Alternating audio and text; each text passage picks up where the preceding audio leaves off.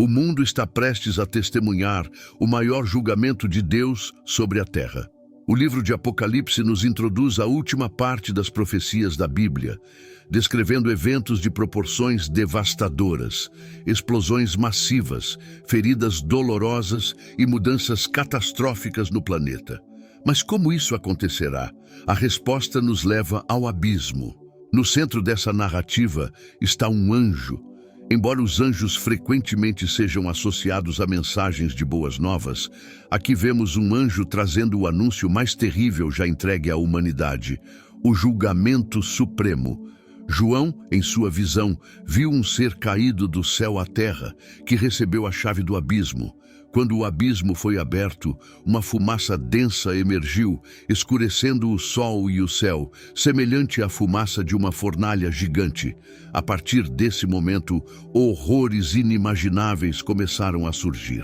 Do meio da fumaça, João viu gafanhotos descendo à terra. Eles receberam um poder semelhante ao de escorpiões, como relatado em Apocalipse 9:3. Esses não eram insetos comuns, mas criaturas únicas, reservadas por Deus para este julgamento. Seu poder, embora terrível, era limitado. Eles não podiam matar as pessoas, mas apenas torturá-las por 5 meses. A dor infligida era comparável à picada de um escorpião. Durante esse período, os humanos desejarão a morte, mas ela lhes fugirá. Apocalipse 9:5. Esses gafanhotos, na verdade, simbolizam demônios libertados do abismo, que tomam controle sobre aqueles que não possuem o selo de Deus em suas testas. Assim como o caso de Legião em Marcos 5, a possessão demoníaca traz dor física e tormento emocional extremos. No entanto, esses seres não são os únicos anunciados. Uma criatura ainda mais maligna surgirá, ampliando o julgamento de Deus. Esses gafanhotos são descritos como cavalos preparados para a guerra, com cabeças adornadas como coroas de ouro, rostos semelhantes aos humanos, cabelos como os de mulheres e dentes como os de leões. Suas couraças pareciam feitas de ferro, e o som de suas asas lembrava o estrondo de carruagens em batalha. Suas caudas, semelhantes a escorpiões, eram instrumentos de dor mortal. Através dessa descrição, Apocalipse 9:7, podemos observar 5 características terríveis desses seres. Eles são invasivos, astutos, destrutivos, insensíveis e venenosos. O líder desses gafanhotos é o anjo do abismo, chamado em hebraico de Abaddon e em grego de Apollyon, ambos significando destruidor. Este ser demoníaco lidera os exércitos das trevas e é mencionado em Apocalipse 9:11 como o rei desses espíritos malignos. Embora frequentemente associado a Satanás, parece que este anjo é uma entidade separada, subordinada ao diabo, mas com um papel crucial nos eventos finais. No entanto, este é apenas o primeiro aí entre os 3 julgamentos anunciados no Apocalipse. O segundo aí começa com a liberação de 4 anjos que estavam presos junto ao grande rio Eufrates. Estes anjos são designados para causar uma destruição massiva, eliminando 1/3 da humanidade. Eles comandam um exército de 200 milhões de cavaleiros, cujos cavalos emitem fogo, fumaça e enxofre de suas bocas. Essas 3 pragas são responsáveis por matar 1/3 da população mundial. Apocalipse 9:16-18. Os cavaleiros e seus cavalos são descritos como portadores de destruição em larga escala. Seus peitorais brilhavam em vermelho, azul e amarelo, enquanto suas cabeças pareciam leões, e suas caudas, como serpentes, eram capazes de ferir e matar. No entanto, mesmo diante de tamanha devastação, a humanidade que sobreviveu não se arrependeu. Continuaram adorando ídolos de ouro, prata, bronze, pedra e madeira, além de praticar assassinatos, feitiçarias, imoralidade sexual e roubos. Apocalipse 9:20-21. Esses eventos revelam uma verdade sombria. A idolatria e a rebeldia contra Deus são problemas profundos e persistentes na humanidade. Mesmo em meio a julgamentos tão severos, muitos se recusam a se voltar para Deus e buscar sua graça. Essa rejeição é um testemunho do endurecimento do coração humano. A mensagem é clara: o tempo da graça não é garantido para amanhã. A oportunidade de arrependimento está disponível hoje, mas o juízo está se aproximando, e os eventos descritos mostram que o pior ainda está por vir. Este segundo aí é apenas um prelúdio para o terceiro, que trará julgamentos ainda mais intensos. Enquanto isso, um poderoso anjo surge para anunciar o próximo capítulo desta narrativa de Apocalipse. Essas visões do Apocalipse servem como um chamado urgente para refletirmos sobre nosso estado espiritual e buscarmos a reconciliação com Deus enquanto há tempo. O juízo de Deus é inevitável, mas sua graça ainda está disponível para aqueles que escolhem se arrepender e aceitar seu amor redentor. Que possamos responder a este chamado antes que seja tarde demais. O Apocalipse nos apresenta um dos momentos mais fascinantes e misteriosos da profecia bíblica: as duas testemunhas enviadas por Deus. João descreve uma figura celestial, vestida com uma nuvem, um arco-íris sobre sua cabeça, rosto brilhando como o sol e pernas como colunas de fogo. Este anjo segurava um pequeno livro aberto em sua mão e colocou o pé direito sobre o mar e o esquerdo sobre a terra. Quando falou, sua voz era como o rugido de um leão, e o som que veio a seguir foi das 7 trovoadas. Ao ouvir essas vozes, João se preparou para escrever o que havia sido dito, mas foi instruído por uma voz do céu a selar o que as 7 trovoadas disseram e não registrá-lo. Esse gesto simboliza que algumas partes dos planos de Deus permanecem ocultas até que se cumpram. O anjo então jurou por Deus, o Criador de tudo, que não haveria mais demora. O mistério de Deus seria concluído com o soar da 7ª trombeta. Era chegada a hora de Deus punir os injustos e estabelecer o reino de seu Filho. João foi instruído a comer o pequeno livro, um ato simbólico que significava assimilar profundamente os julgamentos e mensagens nele contidos. Ele também recebeu a missão de proclamar essa mensagem a povos, nações, línguas e reis. Essa ordem introduz a presença das duas testemunhas, que são escolhidas por Deus para profetizar durante 1260 dias, vestidas de saco em sinal de arrependimento e humildade. As duas testemunhas são comparadas a oliveiras e castiçais. Como oliveiras, são cheias do Espírito, e como castiçais, brilham intensamente com a verdade de Deus em meio à escuridão espiritual do mundo. Durante 3 anos e meio, elas terão proteção divina contra as forças do mal. Qualquer um que tentar feri-las será consumido por fogo que procede de suas bocas. Além disso, essas testemunhas possuem poderes extraordinários. Podem causar secas, transformar água em sangue e trazer pragas sobre a terra, lembrando-nos dos milagres realizados por Elias e Moisés. Suas ações servem como um poderoso testemunho contra os pecadores, especialmente aqueles que adoram o Anticristo. Elas alertarão as pessoas no templo de que estão adorando um homem de pecado, cuja vitória será temporária, pois Jesus virá para derrotá-lo.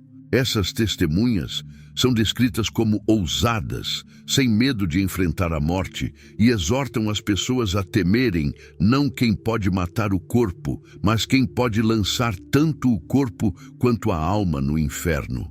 Elas anunciarão a proximidade do reino de Deus e a vitória final de Cristo, encorajando os fiéis a permanecerem firmes, mesmo diante do sofrimento ou da morte.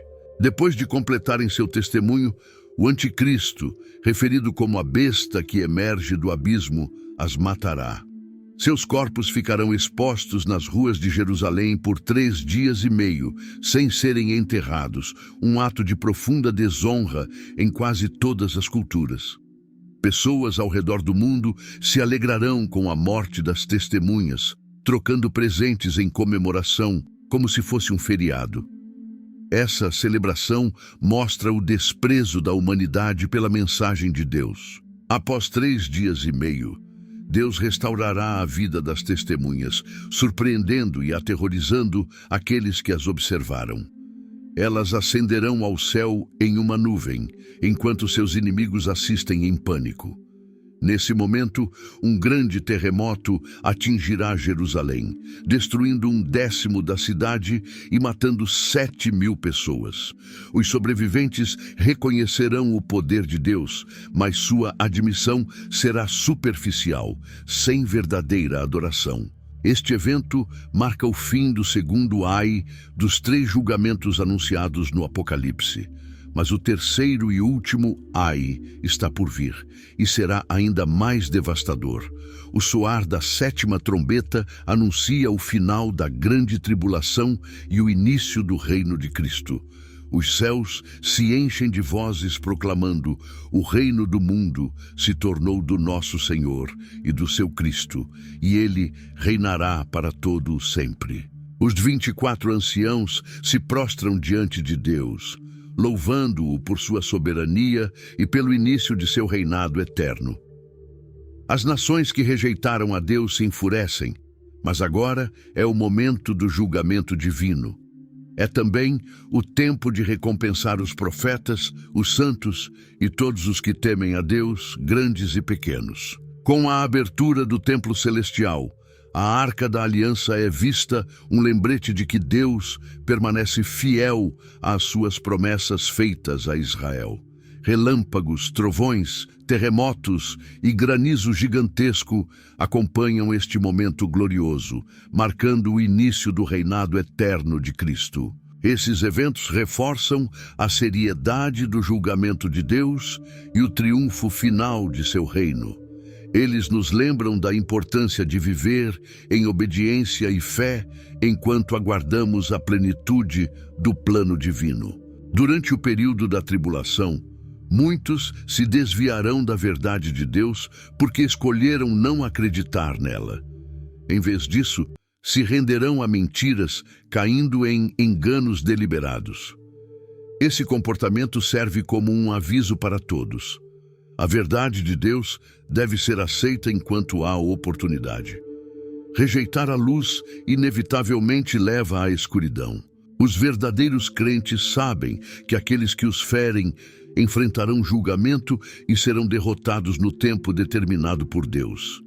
Essa certeza fortalece os fiéis, encorajando-os a esperar com paciência e confiança no Senhor. O segundo besta descrito no Apocalipse desempenha um papel crucial durante a tribulação. Ele age em estreita colaboração com o primeiro besta, liderando uma campanha internacional para levar as pessoas a adorarem o primeiro, representado por uma grande imagem ou ídolo. Este segundo besta surge da terra, mas sua voz ecoa como a de um dragão, revelando que ele é inspirado e capacitado por Satanás.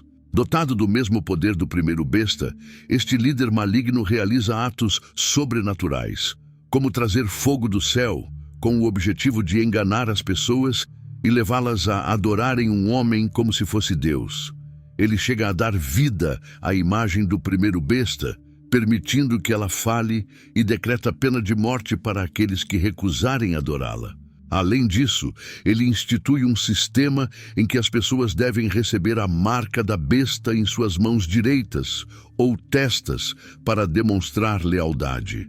Sem essa marca, ninguém poderá comprar ou vender, criando uma intensa pressão para que os seguidores de Cristo reneguem sua fé e se entreguem à idolatria.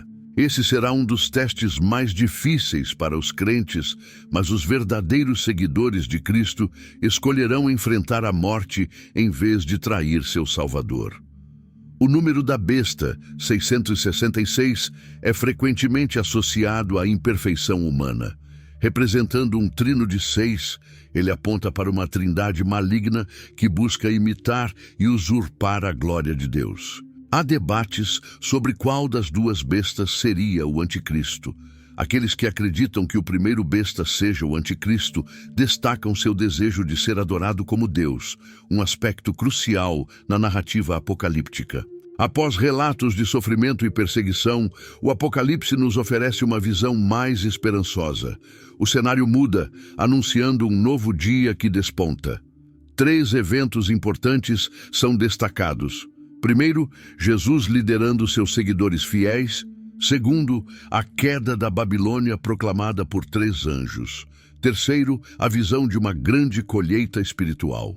João descreve Jesus, o Cordeiro, em pé no Monte Sião, acompanhado por 144 mil seguidores, marcados na testa.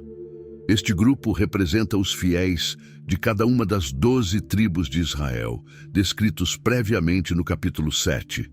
Eles permanecem íntegros durante a tribulação, recusando-se a participar da idolatria e da imoralidade. São chamados de primícias para Deus e para o Cordeiro, os primeiros a serem salvos durante a tribulação e a entrar no reino milenar. Esses seguidores cantam uma canção única que somente eles podem aprender. São descritos como puros e dedicados, completamente fiéis a Jesus. Eles permanecem inabaláveis diante das tentações e mentiras do anticristo, mostrando lealdade total ao Senhor. Um anjo aparece, proclamando o evangelho eterno a todas as nações, tribos, línguas e povos. Ele chama as pessoas a temerem a Deus, dando glória a Ele, pois a hora do julgamento chegou.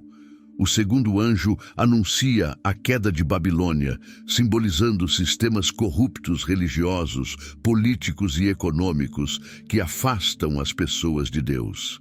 Babilônia é retratada como uma força que embriaga as nações com suas práticas pecaminosas. Durante esse período, a ira de Deus será derramada sobre a terra, e os incrédulos enfrentarão o tormento eterno no inferno, um lugar descrito como fogo e enxofre. Os crentes, por outro lado, são exortados a permanecerem firmes em sua fé, mesmo enfrentando perseguições severas. A recompensa prometida aos que perseverarem é eterna e incomparável. João tem a visão de uma colheita final, simbolizando o julgamento divino. Um ser semelhante ao Filho do Homem, usando uma coroa dourada e segurando uma foice afiada, é instruído por um anjo a iniciar a colheita, pois a terra está pronta. Essa cena representa a separação final entre os fiéis e os ímpios. Outra colheita segue, em que uvas maduras são jogadas no lagar da ira de Deus, simbolizando o esmagamento do julgamento divino. O sangue resultante é descrito como fluindo em grande quantidade, retratando a destruição dos incrédulos. Essa visão conclui com o som de 7 anjos, trazendo as últimas pragas que completam a ira de Deus. Apesar do juízo severo, Deus permanece fiel às suas promessas, mostrando que o seu plano redentor será cumprido. Enquanto o Apocalipse continua, ele reforça o chamado ao arrependimento e à fé, lembrando-nos de que a fidelidade ao Senhor é a única esperança diante do julgamento vindouro. O Cântico de Moisés celebra a libertação do povo de Deus da escravidão no Egito, enquanto o Cântico do Cordeiro exalta a libertação final de Satanás e de tudo o que ameaça a vida espiritual. Esses 2 cânticos representam os marcos do início e do fim da história da redenção, encapsulando toda a trajetória do povo redimido por Deus. Os juízos divinos sobre a terra revelam sua santidade e conduzem todas as nações a temer, louvar e adorar o Senhor. Após essas visões, João contempla o verdadeiro templo celestial, do qual o templo terrestre era apenas uma sombra. 7 anjos saem desse templo, vestidos com linho puro e brilhante e faixas douradas ao redor de seus peitos, simbolizando sua prontidão para executar os juízos justos que glorificarão a Deus. Cada anjo recebe uma taça entregue por uma das 4 criaturas viventes, contendo os últimos juízos da grande tribulação, que atingirão todos os inimigos de Deus. Ninguém pode entrar no templo até que esses juízos sejam completados, indicando que nada mais pode interceder ou impedir a execução da ira divina. O capítulo 16 do Apocalipse descreve o derramamento das taças da ira divina. Uma voz poderosa vinda do templo ordena que os 7 anjos despejem essas taças sobre a terra. A primeira taça é derramada sobre a terra, causando feridas horríveis e dolorosas naqueles que possuem a marca da besta e adoram sua imagem. A segunda taça transforma o mar em sangue, semelhante ao sangue de um morto, resultando na morte de toda a vida marinha. A terceira taça converte os rios e fontes de água em sangue. O anjo das águas declara que os juízos de Deus são justos, pois essas pessoas derramaram o sangue dos santos e agora recebem sangue como bebida. A quarta taça intensifica o calor do sol, provocando queimaduras severas. Mesmo assim, em vez de se arrependerem, as pessoas amaldiçoam a Deus. Essas pragas, embora devastadoras, não quebram a dureza dos corações humanos. Ao contrário, muitos continuam a resistir e amaldiçoar o nome de Deus. A sexta taça seca o rio Eufrates, abrindo caminho para que os exércitos do Oriente avancem em direção a Israel. João vê 3 espíritos impuros, semelhantes a rãs, saindo das bocas do dragão, da besta e do falso profeta. Essa falsa trindade usa milagres enganosos para convencer os líderes do mundo a se unirem em uma batalha final contra Deus, conhecida como o grande dia do Deus Todo-Poderoso. Nesse ponto, o Senhor faz uma pausa para abençoar aqueles que permanecem fiéis, vigilantes e puros, evitando a adoração de falsos ídolos. Ele alerta que virá como um ladrão, de surpresa, para os incrédulos. Os exércitos do mundo se reúnem em Armagedon, ou Megido, prontos para a batalha final. A sétima taça marca a conclusão dos juízos divinos. Uma voz declara: "Está feito. O mundo é abalado por trovões, relâmpagos e o maior terremoto já registrado." Babilônia, a grande cidade, é dividida em 3 partes e enfrenta a ira de Deus por sua idolatria e crueldade. Outras cidades ao redor do mundo também são destruídas, enquanto montanhas e ilhas desaparecem. Granizo gigantesco, pesando cerca de 50 quilos cada pedra, cai sobre a terra, mas ainda assim os incrédulos amaldiçoam a Deus em vez de se arrependerem. Babilônia é simbolizada como uma grande prostituta, representando um sistema mundial corrupto de religião e negócios que seduziu reis e nações a cometerem pecados. Vestida de púrpura e escarlate, adornada com ouro e joias, ela segura um cálice cheio de abominações. A prostituta é chamada de Mistério Babilônia, a Grande, mãe das abominações da terra, e está embriagada com o sangue dos santos e mártires. Os reis da terra, que antes se beneficiaram de Babilônia, lamentam sua queda. Os comerciantes choram porque sua riqueza e esplendor desapareceram em um instante. Os marinheiros e trabalhadores do mar se desesperam, pois não haverá mais comércio lucrativo com essa cidade. Outro anjo poderoso desce do céu, anunciando que Babilônia caiu completamente, tornando-se morada de demônios e espíritos imundos. Uma voz celestial chama o povo de Deus a sair dela, para não compartilhar de seus pecados e punições. Babilônia será destruída de forma repentina e completa, como uma pedra lançada no mar. Enquanto os incrédulos lamentam, o céu celebra sua queda. Os santos, apóstolos e profetas se alegram porque Deus trouxe justiça e vingou o sangue dos seus servos. Os anjos tocam suas harpas e cantam o cântico de Moisés e do Cordeiro, exaltando a libertação final e a vitória de Deus sobre todo o mal. Os eventos descritos no Apocalipse mostram que o julgamento de Deus é justo e certo. Ele punirá a idolatria, a corrupção e a resistência à verdade. Ao mesmo tempo, ele recompensará aqueles que permanecerem fiéis, mesmo em meio à perseguição. Essas visões servem como um chamado para todos: buscar a Deus, arrepender-se e permanecer firme na fé, pois a vitória final pertence ao Senhor. A Babilônia, que uma vez enriqueceu o comércio marítimo mundial, agora encontra sua ruína em apenas 1 hora. Enquanto a terra é preenchida com lamentos, o céu se alegra. Deus finalmente vingou seus santos, apóstolos e profetas, julgando Babilônia por como tratou o povo de Deus. Um anjo poderoso lança uma pedra semelhante a uma grande mó no mar, simbolizando o destino final e irrevogável de Babilônia. Todos os sons que antes enchiam a cidade, música, negócios, até o barulho de moinhos moendo grãos, cessam para sempre. Toda luz se apaga e nunca mais haverá celebrações como casamentos naquele lugar. A razão para isso: os líderes de Babilônia enganaram as nações com sua feitiçaria e foram responsáveis pela morte de muitos santos e fiéis de Deus. Agora, Deus retribui a ela por tudo o que fez, aplicando sua justiça plena. Após esse evento, João ouve uma grande multidão no céu, louvando a Deus por sua justiça. Essa multidão canta exaltando o Senhor como digno de toda salvação, glória, honra e poder.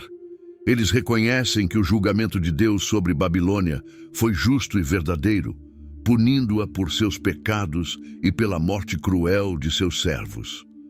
Uma voz vinda do trono chama todos os servos de Deus para se unirem em louvor, celebrando a derrota de Babilônia, o grande inimigo.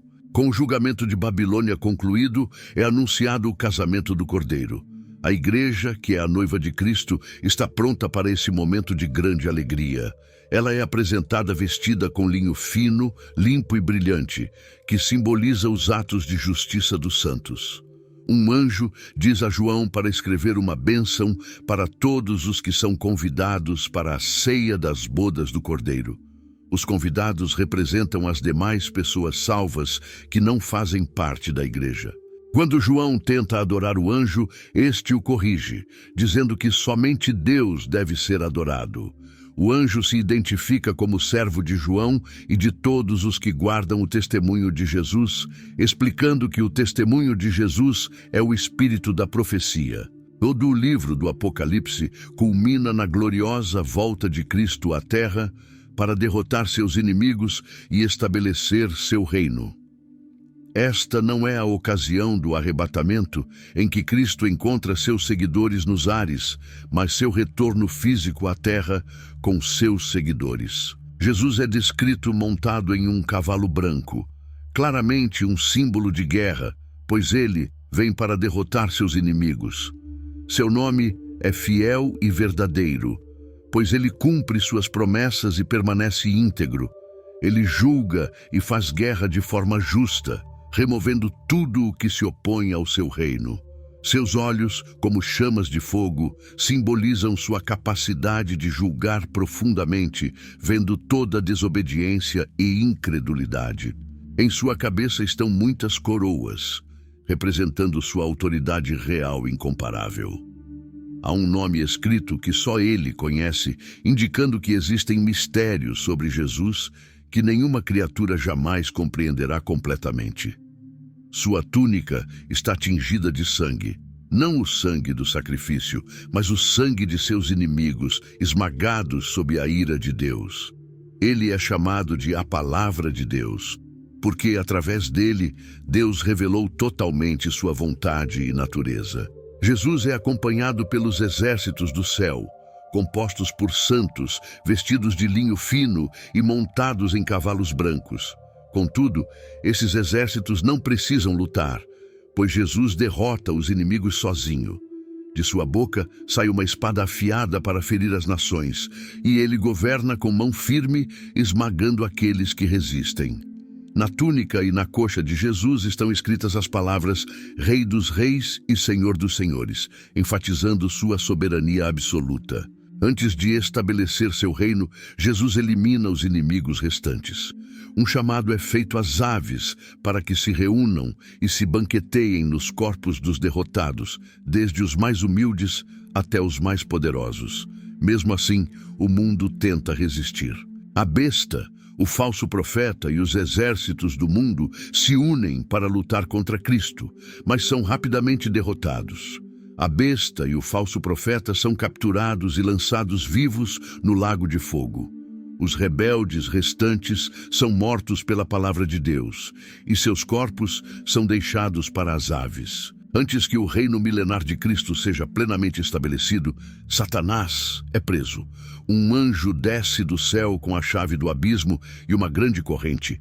Ele prende Satanás por 1000 anos, impedindo-o de enganar as nações. João utiliza 4 nomes para Satanás: dragão, serpente, diabo, acusador, e Satanás, adversário, ressaltando sua natureza maligna. Durante o reino milenar, os santos que morreram durante a tribulação e aqueles que foram fiéis a Cristo governarão com ele. Enquanto isso, os mortos incrédulos permanecem em seus túmulos, aguardando o julgamento final após os 1000 anos. No fim do milênio, Satanás é libertado por um curto período e reúne um exército para atacar Jerusalém. Contudo, Deus envia fogo do céu para destruir esses rebeldes, e Satanás é lançado no lago de fogo para sempre. Os mortos incrédulos de todas as eras ressuscitam e comparecem diante do grande trono branco para julgamento. Livros são abertos, registrando suas obras. Aqueles cujos nomes não estão no livro da vida são condenados ao lago de fogo, selando seu destino eterno. Finalmente, Deus cria um novo céu e uma nova terra, onde não haverá mais dor, sofrimento ou morte. A história chega ao seu clímax com o triunfo absoluto de Cristo, a derrota do pecado e o estabelecimento de seu reino eterno em glória e paz. Em Apocalipse 21:1, João descreve algo extraordinário. Vi um novo céu e uma nova terra, pois o primeiro céu e a primeira terra passaram. Este novo céu e nova terra são frequentemente chamados de estado eterno, o lar definitivo para todos os que creram em Jesus Cristo. A Bíblia nos oferece algumas descrições desse lugar glorioso. Na nova terra, não haverá mais pecado, maldade, doenças, sofrimento ou morte. Será um mundo restaurado, semelhante ao Éden antes da queda, onde tudo refletirá a perfeição do plano original de Deus. Este será o lar eterno do povo de Deus, onde ele habitará diretamente entre eles. Nas Escrituras, há a promessa de 7 coisas que não existirão mais na nova criação. Não haverá mais mar, não haverá mais morte, não haverá mais luto, não haverá mais choro, não haverá mais dor, não haverá mais maldição, não haverá mais noite. Deus promete enxugar todas as lágrimas, oferecendo consolo eterno. Isso acontecerá após a tribulação, a segunda vinda de Cristo, o reino milenar, a rebelião final, o julgamento de Satanás e o grande julgamento do trono branco. A nova criação será marcada por beleza e abundância.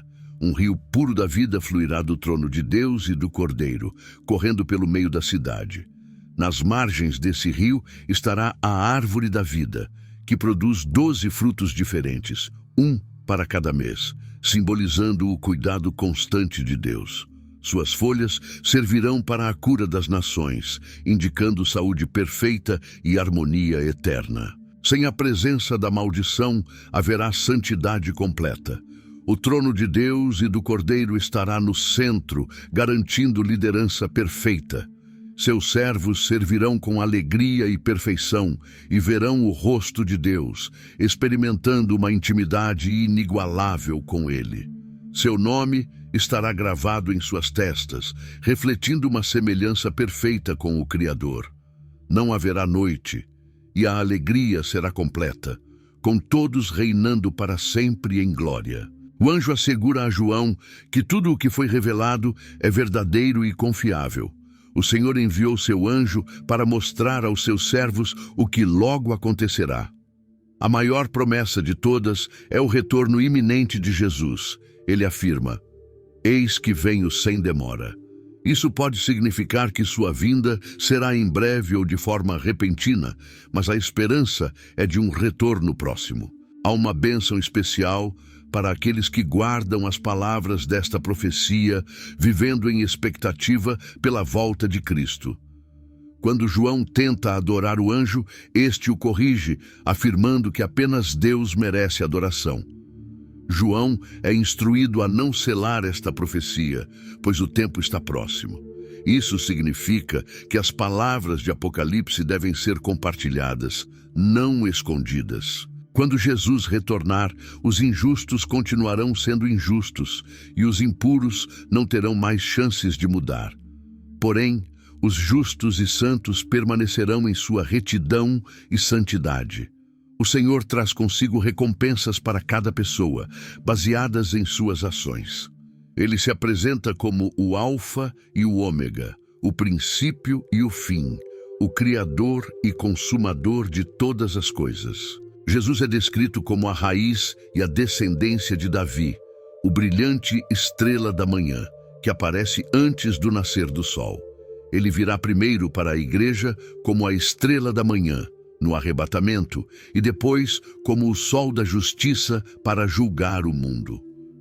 O Espírito e a noiva, a igreja, fazem um último apelo, convidando todos a se voltarem para Cristo, para que estejam preparados para a sua vinda. A advertência final é clara: quem adicionar ou remover palavras desta profecia enfrentará graves consequências. Isso não se refere a discordâncias menores, mas a ataques diretos à integridade das Escrituras. Aqueles que adulterarem a palavra de Deus enfrentarão perdas eternas, sendo excluídos das bênçãos da vida eterna. O livro de Apocalipse encerra com a promessa de Jesus: "Eis que venho sem demora." Esse anúncio desperta esperança em todos os crentes que clamam: "Amém, ora vem, Senhor Jesus." Assim como o Gênesis marca o início da história humana, o Apocalipse traz o cumprimento de todas as promessas divinas. A graça do Senhor Jesus permanece com todos os seus filhos, selando o futuro glorioso que ele preparou para aqueles que nele creem. O Apocalipse nos lembra da soberania de Deus e da certeza de sua vitória final sobre o mal. Ele convida a humanidade a se arrepender, abraçar a graça de Cristo e viver em expectativa por sua volta. A promessa do novo céu e da nova terra é um lembrete do plano perfeito de Deus: restaurar todas as coisas e oferecer aos seus filhos uma eternidade de paz, alegria e comunhão com Ele.